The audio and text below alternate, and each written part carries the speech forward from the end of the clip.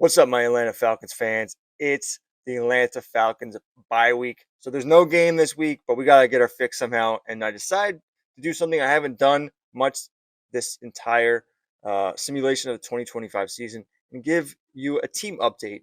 I really appreciate your support. You don't really get to see too much of the totality of the stats while you're watching these games. So I figured what better way to do that and then to let you know what's going on kind of behind the scenes, what um, the stat leaders are, where they rank in the rest of the league, um, where their team ranks are, all that stuff, what the abilities are in the players. I know some people have asked about that. So I just want to let you know what's going on with the Atlanta Falcons specifically. That's what this video is for. It's dedicated to them. And it's dedicated to you because the Atlanta Falcon fans seem to be really interested in what's coming up in this 2025 season. In my opinion, based off what's going on in Madden, they made all the right moves. Michael Penix Jr. is now a superstar in this league.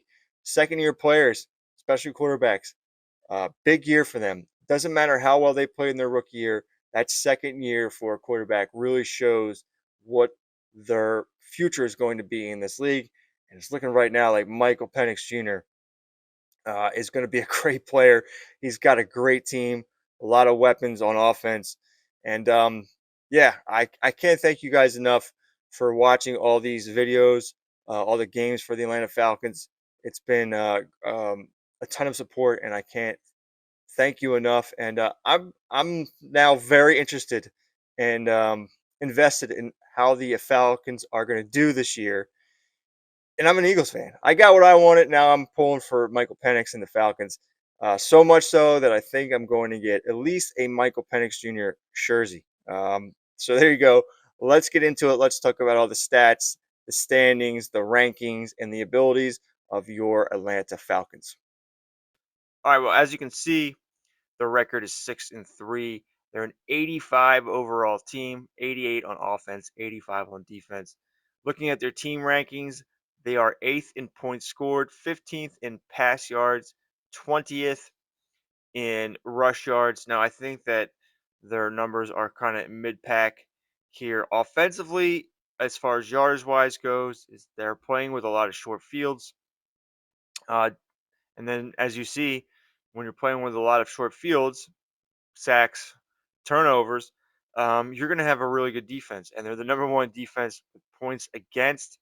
A lot of that has to do with the rookies at outside linebacker. Their pass defense is number 4. Again, that has to do a lot with the rookies they picked up, and they are 20th in rush yards against. They're phenomenal. And they are leading the NFC South. They got Tampa Bay right on their heels. New Orleans is they're they're scrappy. They'll hang in there with you. So you gotta be worried of that. But they're up right up there with Philadelphia and Detroit right now. We'll take a look to see if yeah, they are the number 1 seed because as you can see, Detroit is number 2. So they are the number 1 seed halfway through the season. They're not, high on the leaderboards except for Jalen Walker is 3rd in sacks and Clark Phillips III is 3rd in interceptions. We'll take a deeper dive into that in a second. Schedule wise, I will let you stop it here if you want to. If you don't want to see how all these games played out and you want to watch them first, totally understand that. Go and I'll have it in the pinned comment, the first game that they play of the season, week 1, and you can go from there. There's a playlist. Actually, I'll put the playlist there in the pinned comment, and you can start watching all the games and catch up to this point. If not, we're gonna look at the schedule.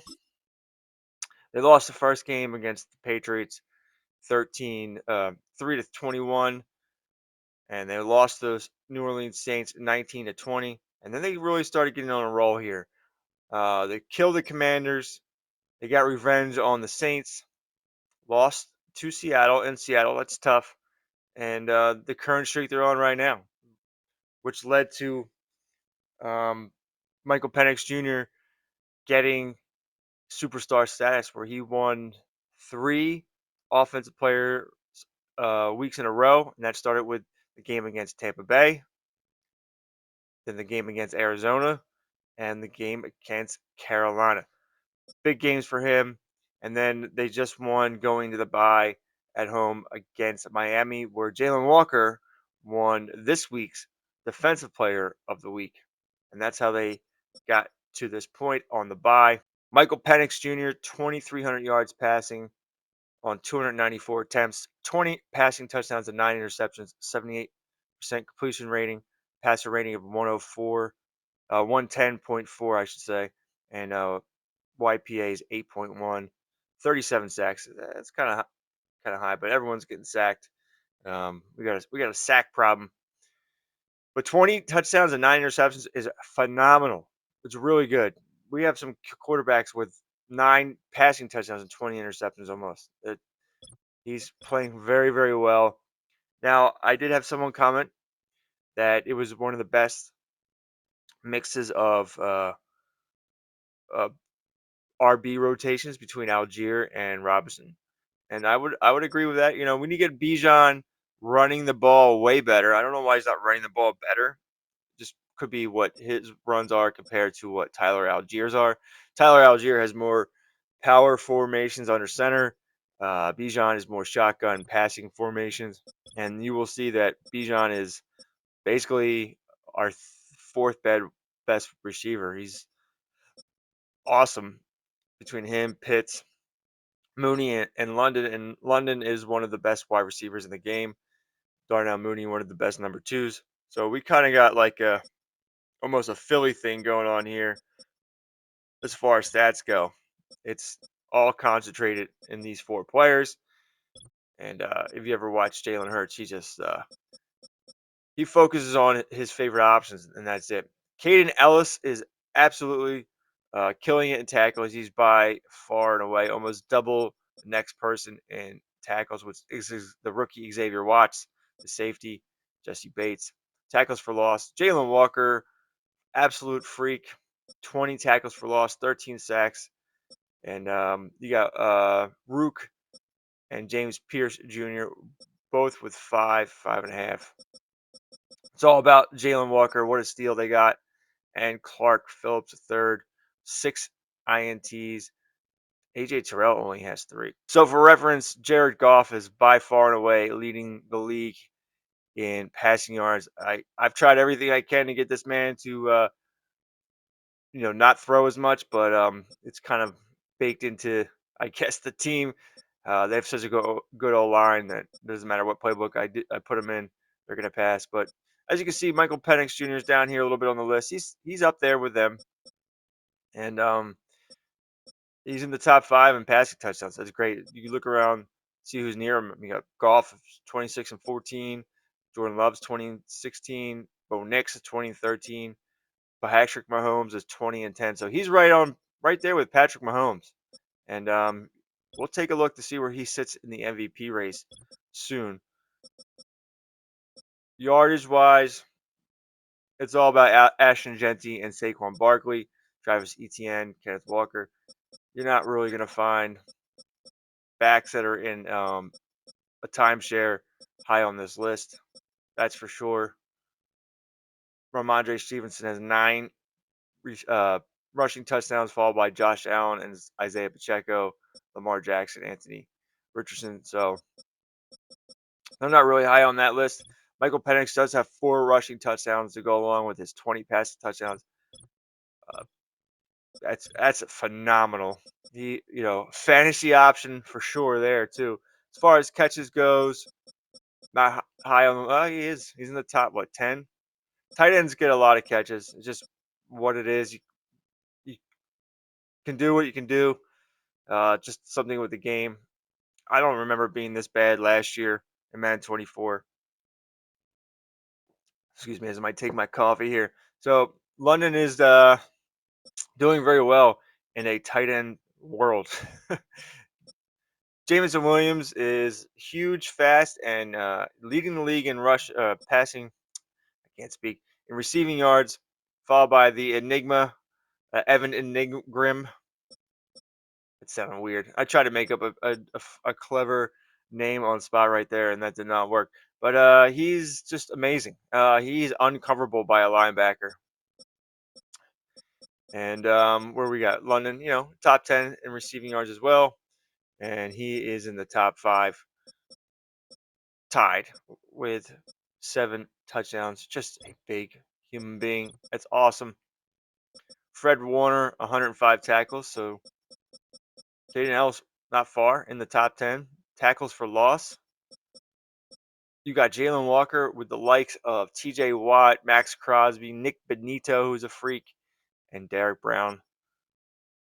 And there you go. He's up there with some awesome names. He's already supplanting himself as one of the best. You can look at the weekly awards so you can see in week 6, Michael Penix Jr., 5 passing touchdowns for 352 yards. Got him his first offensive player of the week, followed by week number 7, where he had 4 passing touchdowns for 293 yards. In week 8, 300 passing yards, 4 passing touchdowns. And that'll get you now a superstar development. And then you can see Jalen Walker coming up a 4-sack performance. Looking at the MVP race, he's in the top 5. I think he should be higher than this for sure. His stats are better than Purdy. The record's better than the 49ers. There's no way that Max Crosby is going to win that. No, absolutely not. Raheem Morris is a Coach of the Year candidate halfway through the season. You got London Offensive Player of the Year candidate way above Michael Penix. I don't know about that. Defensive Player of the Year right now is the rookie Jalen Walker. Offensive Rookie of the Year, Golden, Loveland, Tesla. Defensive Rookie of the Year, of course, it should be Jalen Walker over Jahad Gamble and James Pierce Jr. Best quarterback. I this is so wrong. It should be Goff and then Penix and then Purdy. Get out of here with that. Saquon, the best running back. Of course, you got London in the top 3. Obviously, these guys have some amazing stats, so London needs to kind of pick it up a little bit more if he wants to compete with those guys. None of the offensive linemen are even on the top 10, which is unfortunate. Best linebacker, Jalen Walker, of course. Best defensive back. You got Clark Phillips right there with Lenore. Lenore's having a really great season. Unbelievable. And then Young Hoku. Look at that. Even the kicker. That's one thing. They're getting a lot of these points in the red zone from their kicker. So let's take a look at what some of the abilities are on these players. All right, so Michael Penix Jr. is a superstar. He's got safety valve, red zone deadeye, and inside deadeye right now. He's only has 87 overall with the morale boost, so he's kind of limited to what I can put on him. But I'll definitely be upgrading that when I can. Bijan, he's a superstar. He's got short out elite, grab and go, and balance beam. So definitely more geared to the passing, receiving aspect. He doesn't ever have an option for the better um, rushing abilities, in my opinion, yet. But that's the way it's set up. He's the pass catching back. Algier's the thumper inside in the running game. Then you got Kyle Pitts. He's a superstar, short out elite, grab and go, and run protector. He's also in the depth chart when they're under center in single back formations in 3 wide receiver sets. He actually is in the slot, and we got Charlie Verna as the blocking tight end. So Pitts is definitely a big power slot for them. Chris Lindstrom, one of their best offensive linemen. He's got a lot of abilities on him. Polar elite run protector, matador, and post up. I don't believe I ever messed with his. Those were just on him, I think. Jalen Walker, superstar. He's got instant rebate and spinner, and that along with his speed, which is 90 speed, 92 acceleration, absolute freak. He is unblockable.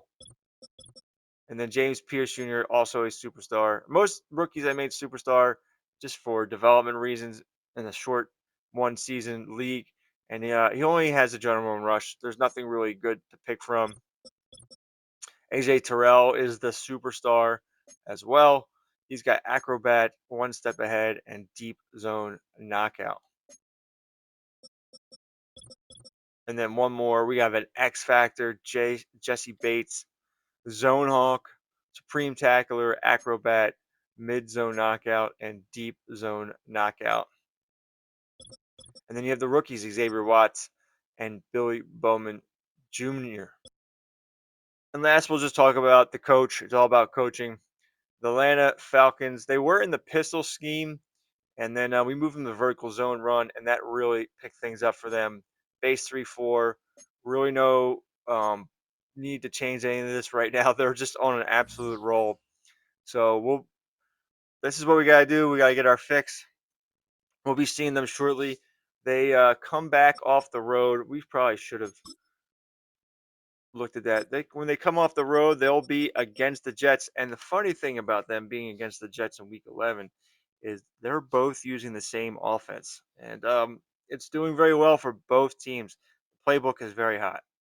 So there you have it. That is the Atlanta Falcons midway through the 2025 season. This simulation, do they finish as the number one seed in the NFC? And what do you think they're going to do in real life? Will this be an actual representation of how well they do midway through the 2025 season? And give me a record. What do you think the Atlanta Falcons are going to finish with? Did they make all the right moves this offseason? Are these rookie outside linebackers the missing piece they need to take this team to the next level? And is Michael Penix Jr. going to take a huge step forward in year number 2? I want to know. You let me know. And again, thank you for watching. Please like and subscribe, especially if you want to follow along the rest of the season with the Atlanta Falcons. Again, I appreciate you all, and I will see you all very soon for another game of the Atlanta Falcons against the Jets in Week 11.